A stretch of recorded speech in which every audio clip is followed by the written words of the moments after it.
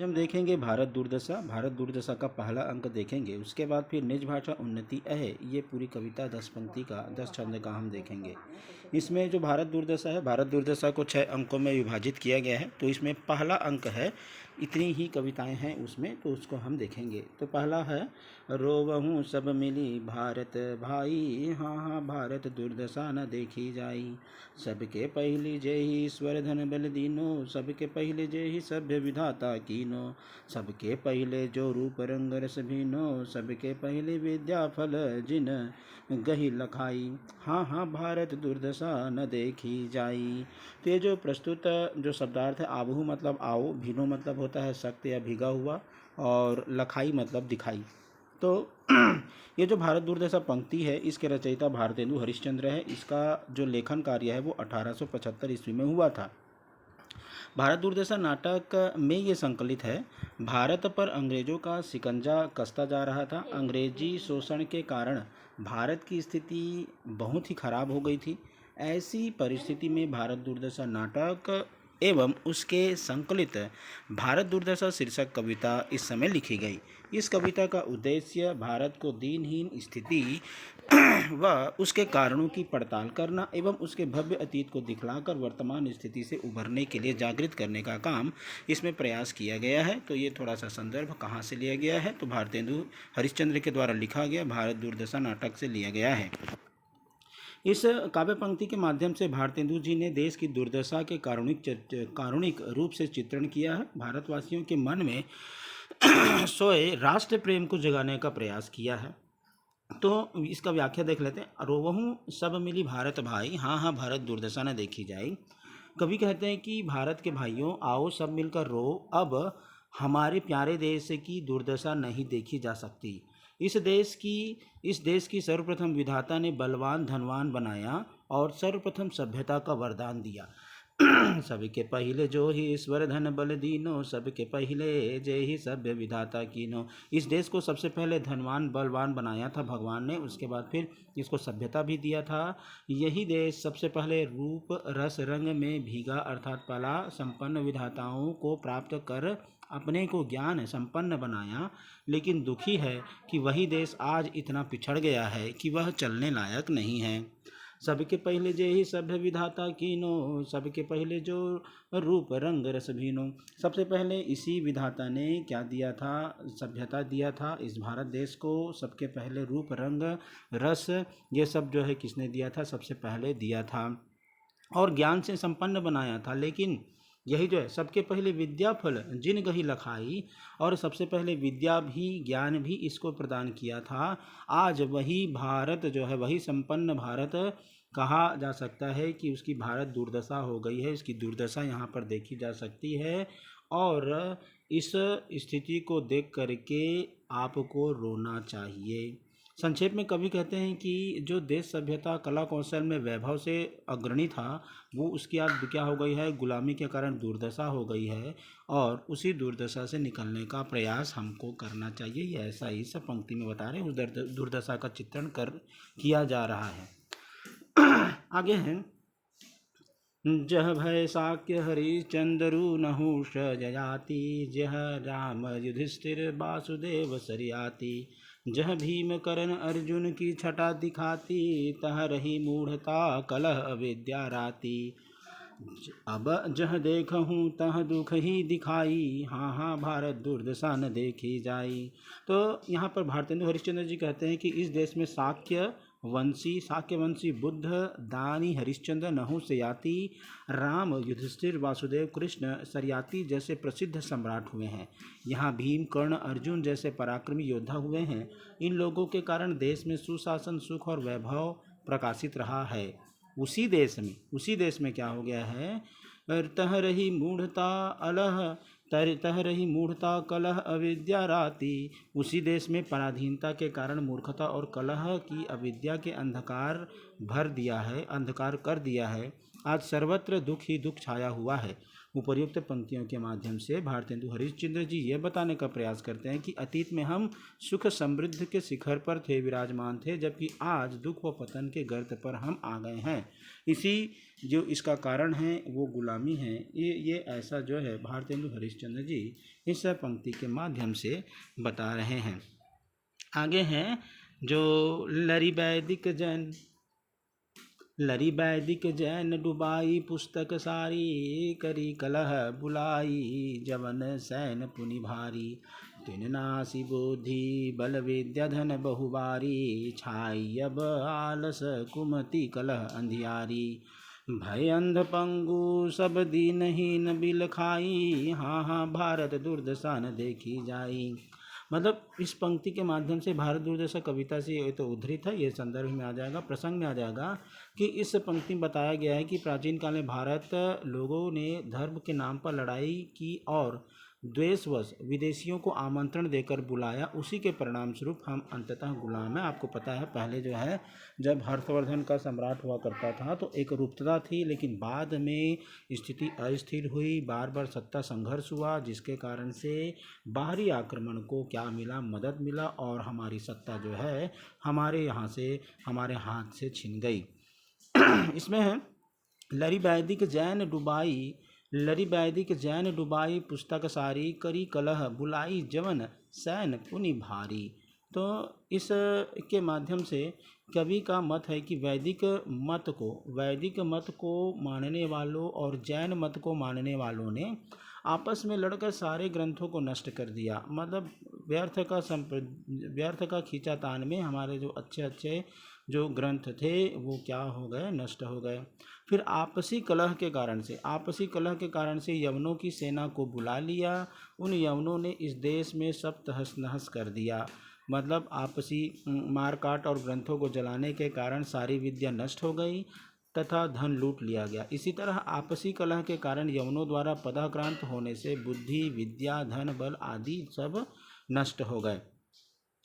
आज उसी का कुपरिणाम है कि हम आलस्य, कुमति, कलह के अंधेरे के रूप में जी रहे हैं, उसी अंधेरे के रूप में हम रह रहे हैं। सभी अंधे मतलब अज्ञानी, पंगु हो गए हैं, मतलब बलहीन हो गए, पंगु मतलब बलहीन, अंधे मतलब अज्ञानी हो गए हैं और सब तरह से निरीह होकर बिलख रहे हैं। मतलब ऐसा लग रहा है जैसे इनके पास कुछ भी नहीं है। कभी इस दशा में विचलित होकर भारत की ऐसी बुरी दशा को देख नहीं पा रहा है, उससे उसका हृदय क्या होता है, चित्कार हो उठता है। तो इस पंक्ति में ये बताया गया है कि लरी वैदिक जैन डुबाई पुस्तक सारी, कली कलह बुलाई जय वन पुनि भारी, तीन नासी बुद्धि बल विद्या धन बहुबारी, छाई बल आलस कुमति कलह अधियारी। आलस छा गया है, कुबुद्धि छा गया है, कलह छा गया है हमारे पूरे भारत देश में और हम अज्ञानी हो गए हैं, अंधे हो गए हैं, पंगु मतलब पूरे लंगड़ा रहे हैं, सब दीनहीन हमारी स्थिति हो गई है। हाँ, भारत दुर्दशा की स्थिति यही है और इसी प्रकार से हमारी स्थिति हो गई है। आगे जो पंक्ति है इसमें बताया गया है, अंग्रेज राज सुख साज सजे सब भारी, पैधन विदेश चली जात इह अति ख्वारी, ताहु पै महंगी काल रोग विस्तारी, दिन दिन दूनो दुख ईस देत हाहारी, सबके ऊपर टिक्कस की आफत आई, हाँ हाँ भारत दुर्दशा न देखी जाई। तो ये जो पंक्ति है इसमें यह बताने का प्रयास है कि प्रस्तुत पद में भारतेंदु हरिश्चंद्र जी ने भारत की विपन्नता के स्थिति के कारणों की पड़ताल की है। क्यों ऐसा स्थिति आया है, विपन्नता क्यों आया है। भारत में लूट खसोट जो मची हुई है, भारी टैक्स वसूले जा रहे हैं, ऐसी स्थिति में भारत की स्थिति दयनीय होना स्वाभाविक है। ये इसमें बताया गया है। व्याख्या बताते हैं, अंग्रेज राज सुख साध सजय सब भारी, पैधन विदेश चली जात यह अति भारी। अंग्रेजों ने देश पर शासन की पकड़ को मजबूत रखने और अपने तथा शासन व्यापार की सुविधा के लिए रेल की व्यवस्था, डाक की व्यवस्था, ये सबकी दोयम दर्जे के नागरिक के रूप में इन सुविधाओं का लाभ भारतीयों को मिला। मतलब भारत के लोगों ने जो अंग्रेज़ों के द्वारा जो रेल डाक की व्यवस्था की थी उसका फ़ायदा तो उठाया, लेकिन दोयम दर्जे के नागरिक के माध्यम से। लेकिन इसका उद्देश्य क्या था, अपने यहाँ के जो धन है उसको विदेश ले जाना उनका मुख्य उद्देश्य था। आगे है ताहु पै महंगी काल रोग विस्तारी दिन दिन दुनो दुख ईस दे तहाँ हारी। भारतेंदु यह सच्चाई उजागर करते हुए कहते हैं कि यह सच है कि अंग्रेजी राज में सुख सामानों से भारी वृद्धि हुई है। हाँ, अंग्रेजी राज में सुख साज की वृद्धि तो हुई है, लेकिन इससे क्या भारतीय धन विदेश चला जाता है? क्या इसे भारतीय धन विदेश चला जाता है? वह यह स्थिति बहुत कष्टकारी है। उस पर महंगाई सुरसा की भांति मुंह फैलाए जा रहा है। मतलब धन विदेश चला जाता है और बहुत कष्टकारी है, महंगाई फैल गई है, दिनों दिन दुखी की तीव्रता बढ़ रही है, ऊपर से कर जो टैक्स है वो बोझ भारी कष्टकार है। भारत की ऐसी दुर्दशा को कवि ने असहाय, कवि के लिए क्या हो गई है, वो असहाय हो गई है, उसके हृदय में हाहाकार मचा हुआ है। तो देखिए ये चौथा अंतिम दो पंक्ति देखिएगा। अंतिम दो पंक्ति में ये बताया गया है सबके ऊपर टिक्कस की आफत, सबके ऊपर में टैक्स की आफत, वही कर की आफत है। हाँ हाँ, भारत की दुर्दशा ऐसी हो गई है जिसको देखा नहीं जा रहा है। बहुत सरल है, आप एक बार आसानी से जब व्याख्या करेंगे या आराम से ध्यान से पढ़ेंगे तो आप आसानी से बहुत सिंपल तरीके से आप बना सकते हैं। तो ये जो इससे पहले हमने देखा भारत दुर्दशा का पहला सर्ग है, पूरा कविता ये समाप्त होता है। आगे है निज भाषा उन्नति है, निज भाषा उन्नति है, ये आपको पढ़ना है। और ये जो बहुत प्रसिद्ध पंक्तियाँ हैं, जब हिंदी दिवस मनाते हैं तो मातृभाषा प्रेम प्रेम इसमें दिखाई देता है। तो प्रारंभिक 10 दोहे हम पढ़ेंगे, इसमें 10 ही दोहे हैं। यह प्रसिद्ध दोहा भारतेंदु हरिश्चंद्र के द्वारा लिखा गया है। निज भाषा उन्नति है, निज भाषा कविता का नाम है। संबंधित दोहे में संबंधित हिंदी संबंधित आंदोलनों आयोजनों में यह दोहा अनगिनत बार दोहराया जाता है प्रेरणा स्रोत के रूप में। और इस कविता में कुल 10 दोहे हैं, ये आपको क्या करना है, याद रखना है। तो ये जो कविता है किससे संबंधित है? मातृभाषा प्रेम को ये दिखाता है, अपनी बोली के प्रेम को, अपनी भाषा के प्रेम को ये दिखाता है। तो इसमें है निज भाषा उन्नति है सब उन्नति का मूल, बिन निज भाषा ज्ञान के मिटे नहीं को सूल। निज मतलब अपनी, अह मतलब योग्य है, हिय मतलब हृदय, सूल मतलब कांटे। भारतेंदु हरिश्चंद्र के द्वारा यह लिखा गया है और मातृभाषा प्रेम पर रचित यह दोहा है। और प्रस्तुत दोहे में कवि ने स्वाभिमान और देश की भावना का विकास के लिए मातृभाषा की उन्नति के लिए कहा है। इस दोहे में भारतेंदु हरिश्चंद्र कहते हैं कि यह सभी प्रकार की उन्नति जो हमारे मानवीय जीवन में होती है वह अपनी भाषा की उन्नति का मूल कारण है। अपनी भाषा की उन्नति का मूल कारण है। अपनी भाषा हिंदी के ज्ञान के बिना उसकी उन्नति पूर्ण नहीं है, अर्थात अपनी भाषा के ज्ञान के बिना हृदय का सूल दूर नहीं होता। अपनी भाषा में सभी उन्नति समाई हुई है, उसे अपनी बोली को आधार बनाना चाहिए। अपने भावों की व्यापकता को अपनी भाषा से ही समझा जा सकता है, नहीं तो कुछ समझ में नहीं आता है। अपनी भाषा से ही हम यदि अगर अपनी ही भाषा का प्रयोग करेंगे, अपनी भाषा में शिक्षा दीक्षा करेंगे तो वो ज़्यादा अच्छा रहेगा, ये यहाँ पर कहना था।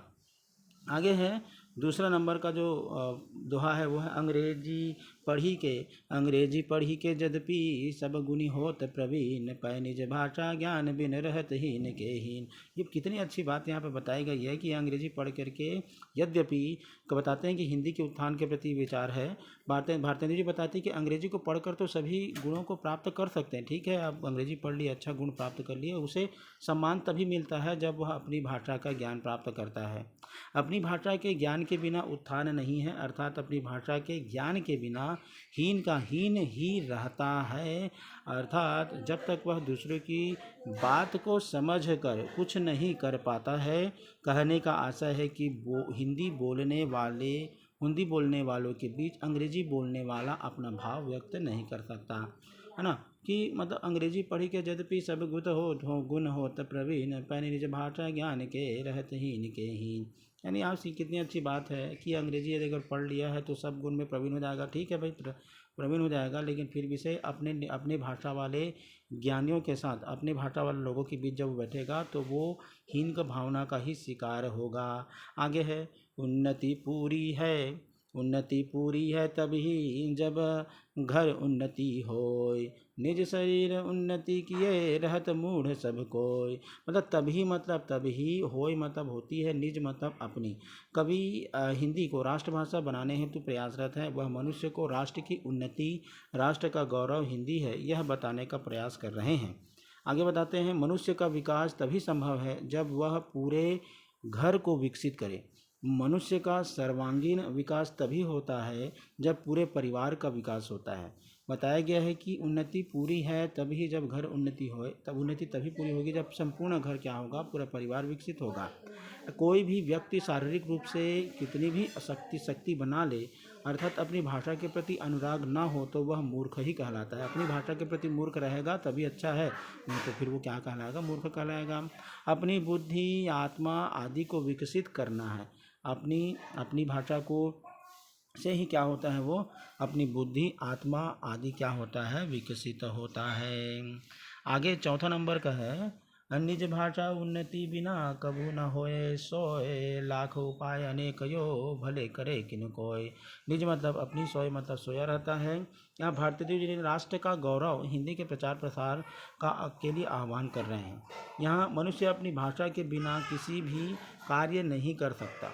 मनुष्य अपनी भाषा के बिना कोई भी कार्य नहीं कर सकता। अर्थात दो व्यक्ति काम एक साथ करते हैं, पहले व्यक्ति को हिंदी नहीं आती, इसलिए वह दूसरे व्यक्ति के बारे में नहीं जान पाता, इसलिए उसको दुख होता है।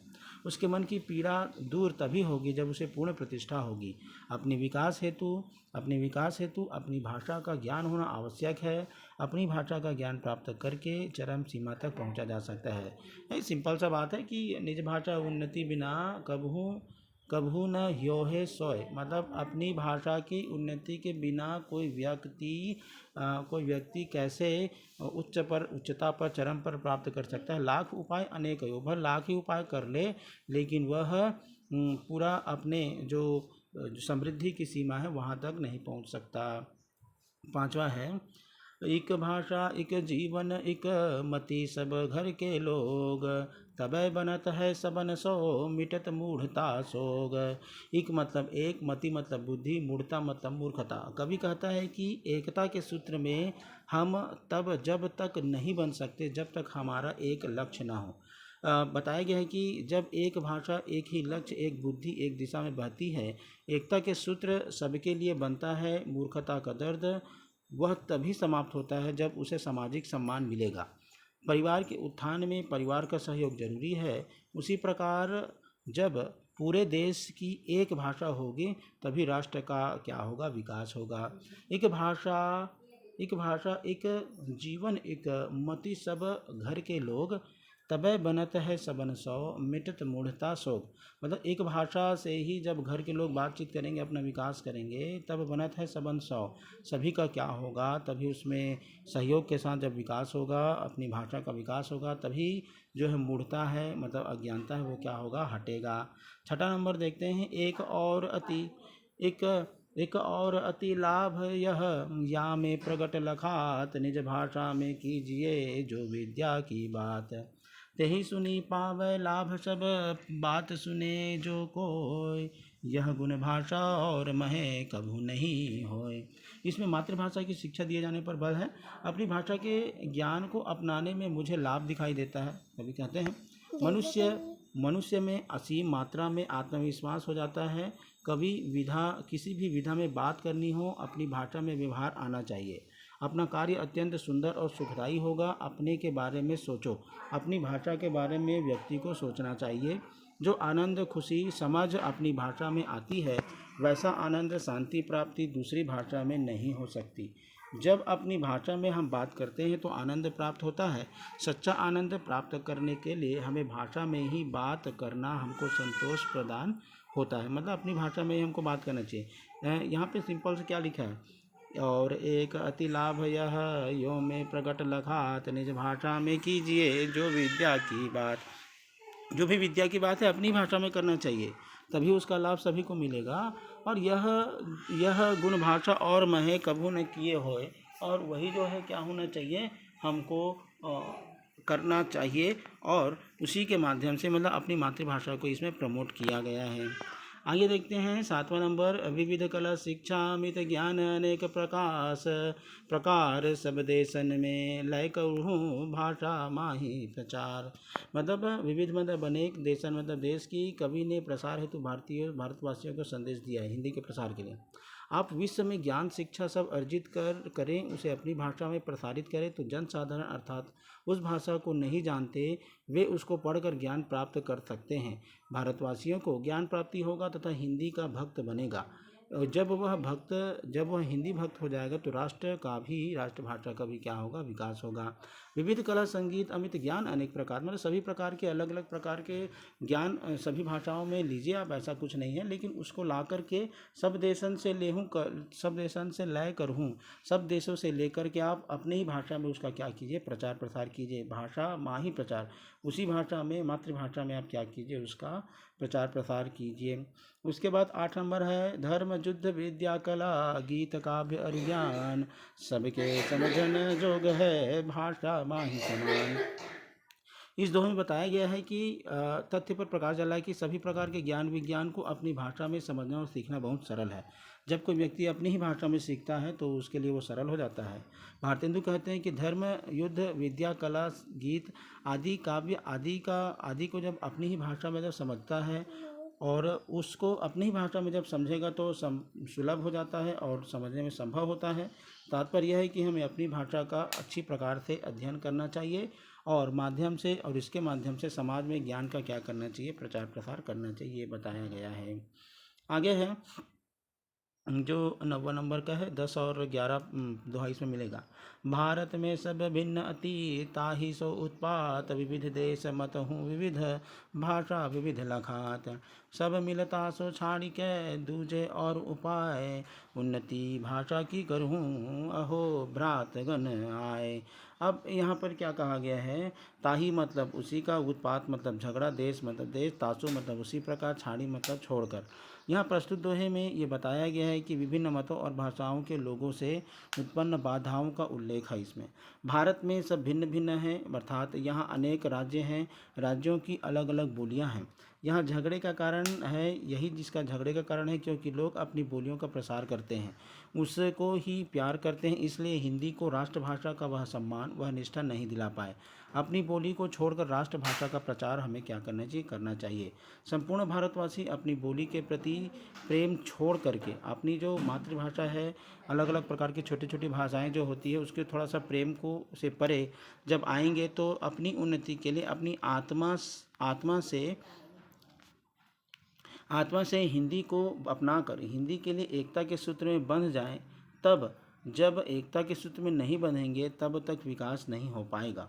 मिलकर इस विवाद को छोड़कर दूसरा उपाय करें।